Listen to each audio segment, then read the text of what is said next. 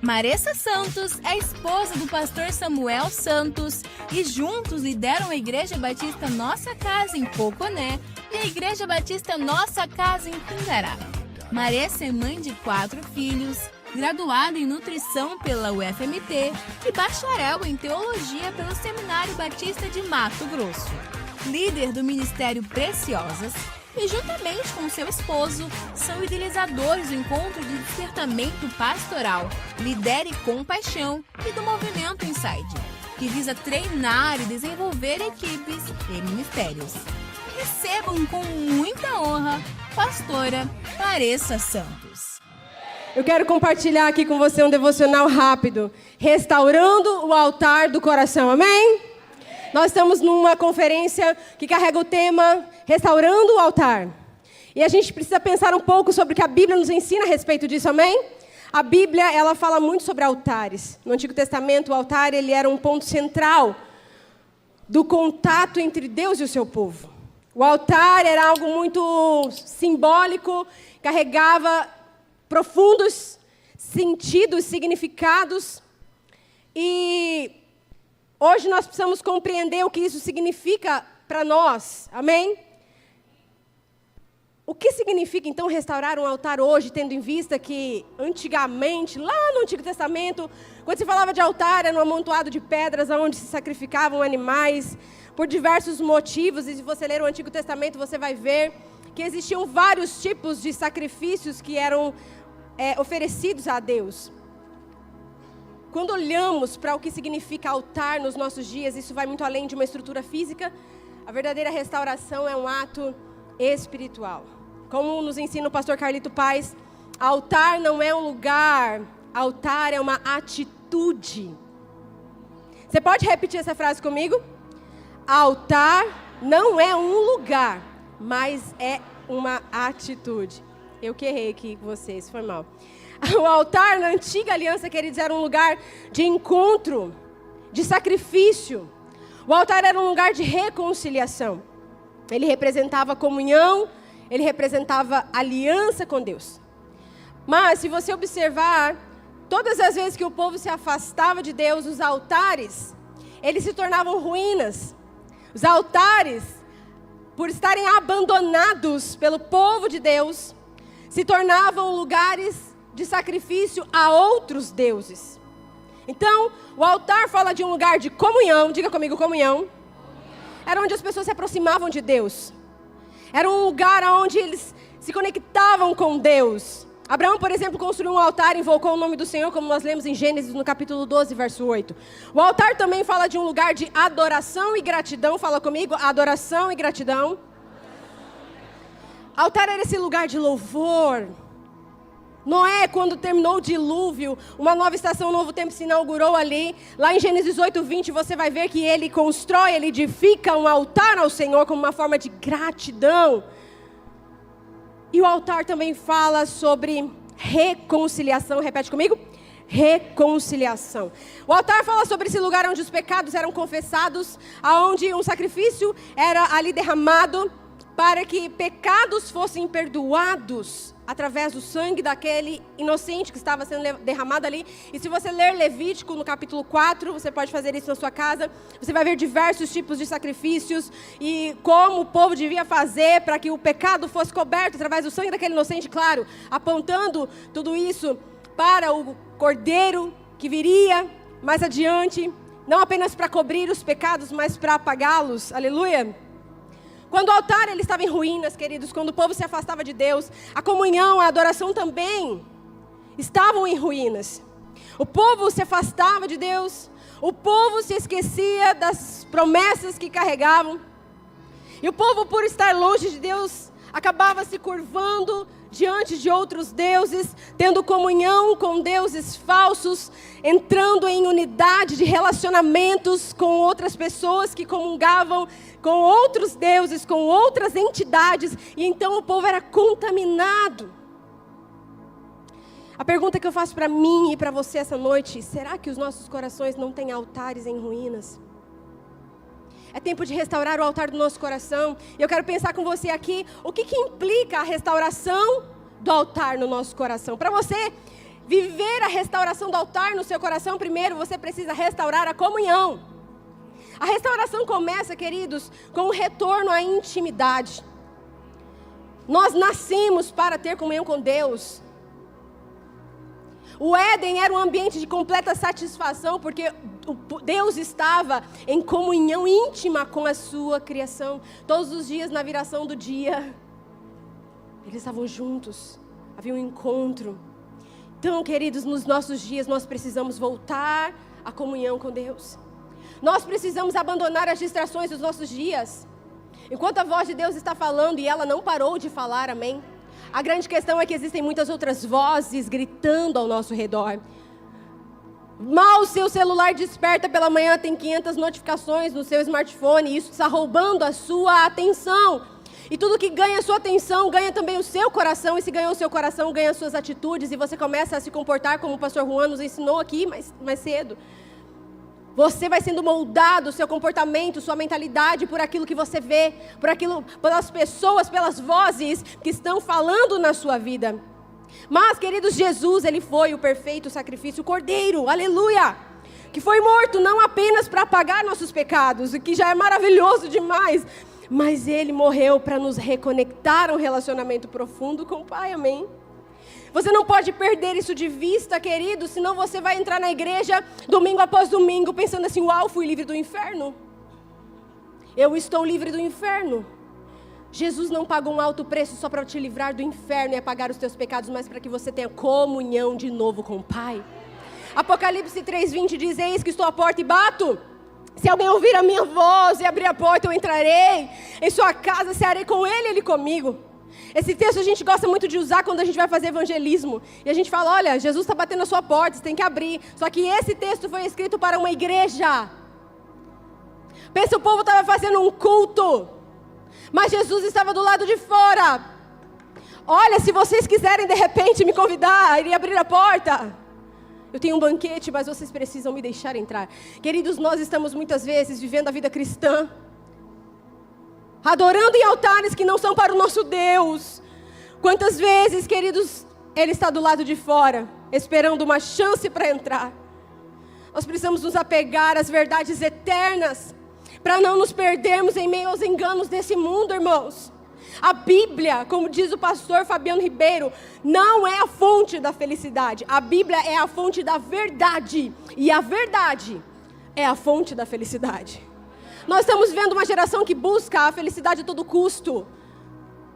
Você não vai encontrar a receita da felicidade, talvez na Bíblia, mas lá você vai encontrar as verdades que vão te conduzir à felicidade. E aprofundar-se na palavra é o primeiro passo que você precisa dar para restaurar a sua comunhão com Deus. Se você quer ter intimidade com uma pessoa, você precisa ouvir o que ela está dizendo. E a Bíblia é a voz de Deus escrita para nós. Se você não ouvir o que Ele está dizendo, como você vai conhecê-lo, ter intimidade, comunhão com Ele? Aprofunde-se na palavra, restaure o altar da comunhão. Se você quer restaurar os altares da sua vida para o Senhor, restaure a adoração. A adoração, queridos, ela não se limita a músicas. Acabamos de cantar uma linda canção de que vale termos as melodias mais lindas, as harmonias mais brilhantes, se não houver verdade em nós. Uma música, queridos, ela só é adoração quando é cantada por um adorador. Adoração não se limita a músicas, ela é um estilo de vida. É uma resposta minha e sua de gratidão àquilo que o Senhor fez por nós. A adoração é a minha resposta ao amor sacrificial de Jesus por mim. Não tem como, queridos, eu ser um cristão verdadeiro se eu não for um adorador. Não tem como ser um adorador sem ser um cristão. Essas coisas se misturam, porque se Jesus está em mim, eu entendo o que Ele fez por mim, eu respondo a esse amor. E essa resposta é a adoração. E a adoração não são só canções, você pode se encantar, mas a adoração é como você vive, como você faz suas escolhas, como você lida com as pessoas, como você se comporta diante do mundo. A adoração é fazer tudo o que eu faço na intencionalidade de alegrar e agradar a Deus. João 4:23, mas a hora vem, e ela já chegou, em que os verdadeiros adoradores adorarão ao Pai, em espírito, mas em verdade, porque o Pai procura esses. É esses que o Pai procura. Você tem noção que o Papai está procurando, olhando sobre a terra e dizendo: onde estão aqueles que vão me adorar em espírito, mas também em verdade? Onde estão aqueles que vão continuar me adorando quando a luz se apagar, quando o som parar? Onde estão aqueles que vão continuar me adorando quando o mover passar? Quando a conferência acabar, quando o culto terminar, onde estão aqueles que vão continuar me adorando?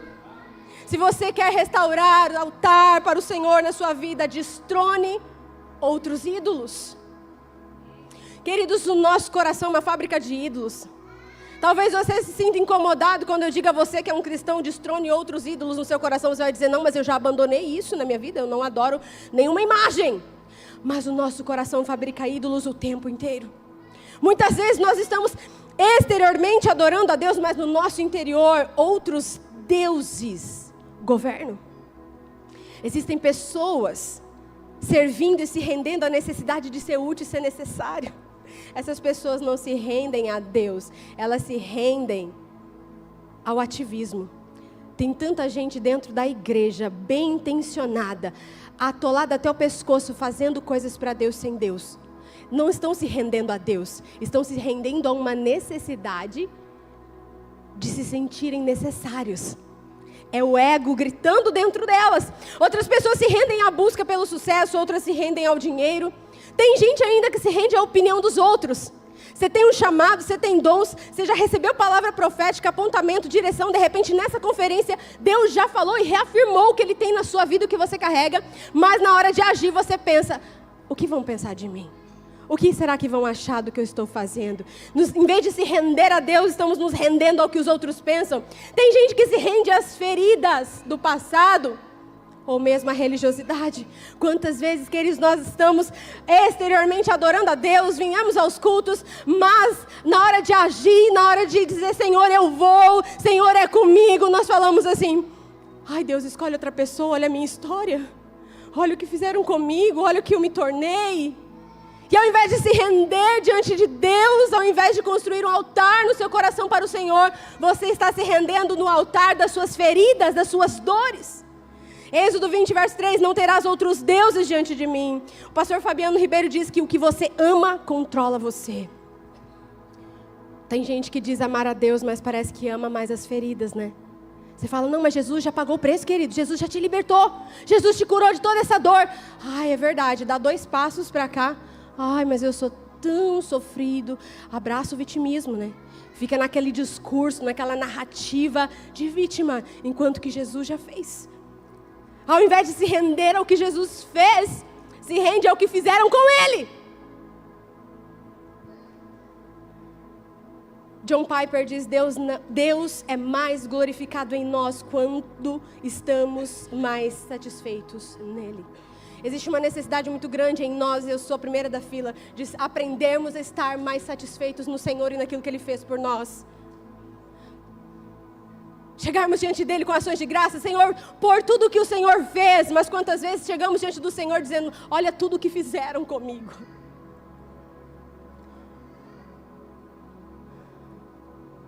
E por último, o que implica restaurar altar nas nossas vidas, implica em levantar novos memoriais. É preciso trazer à memória aquilo que pode nos dar esperança nesses dias, amém, queridos? Como nós precisamos de esperança nos nossos dias, sim ou não? O Deus que agiu no passado, que nos resgatou e nos sustentou, é o mesmo que está agindo hoje. Deus está agindo, irmãos. Quantas vezes você está mais atento e conectado com o que as coisas estão fazendo, o inimigo está fazendo, mas Deus também está fazendo coisas. E o Espírito Santo está trabalhando. E nós estamos pensando no que o inimigo está fazendo. Nós precisamos trazer à memória, queridos, Lamentações 3:21. Quero trazer à memória o que me pode dar esperança. O John Piper diz: muitos não se lembram do que Deus fez no passado e por isso vivem desesperados no presente. É a famosa sala dos troféus, onde nós precisamos entrar todas as vezes que estamos prestes a enfrentar uma grande batalha. Vai na sala dos troféus, lembre-se de todas as vezes em que Deus triunfou na sua vida e creia, Ele vai continuar te sustentando, Ele vai triunfar novamente na sua história. Não viva somente também de experiências passadas, meus irmãos. Às vezes nós estamos aqui e pensando assim: meu Deus, mas naquele retiro de carnaval, 1900, Deus falou comigo. Ei, Deus está falando hoje. Deus está falando agora. Eu não estou anulando a tua experiência do passado, isso é muito bom. Mas em nome de Jesus, Deus quer fazer coisas novas na tua vida hoje. Levante novos memoriais daquilo que o Senhor está fazendo na tua história, aqui e agora. Vejam Isaías 43:19. Eu farei uma coisa nova e ela está prestes a acontecer. Vocês não percebem? Até no deserto eu vou abrir um caminho, riachos, no ermo. Deus faz, irmãos. Se Ele prometeu, Ele é fiel para cumprir. Não se desespere. Pare de levantar altares na sua vida para o desespero, para a incredulidade. Creia. O Deus que te prometeu, Ele é fiel para cumprir. É tempo de pararmos, de curvarmos as nossas vidas diante de altares destruídos, diante de ídolos falsos. É tempo de restaurar o altar do nosso coração para que a nossa vida seja esse lugar de comunhão, de adoração e esperança. Que nós possamos dizer, como disse o salmista: o meu coração está pronto, ó Deus. O meu coração está pronto e eu cantarei louvores a Ti. Se coloca de pé no seu lugar. Aquele que prometeu, Ele é fiel para cumprir.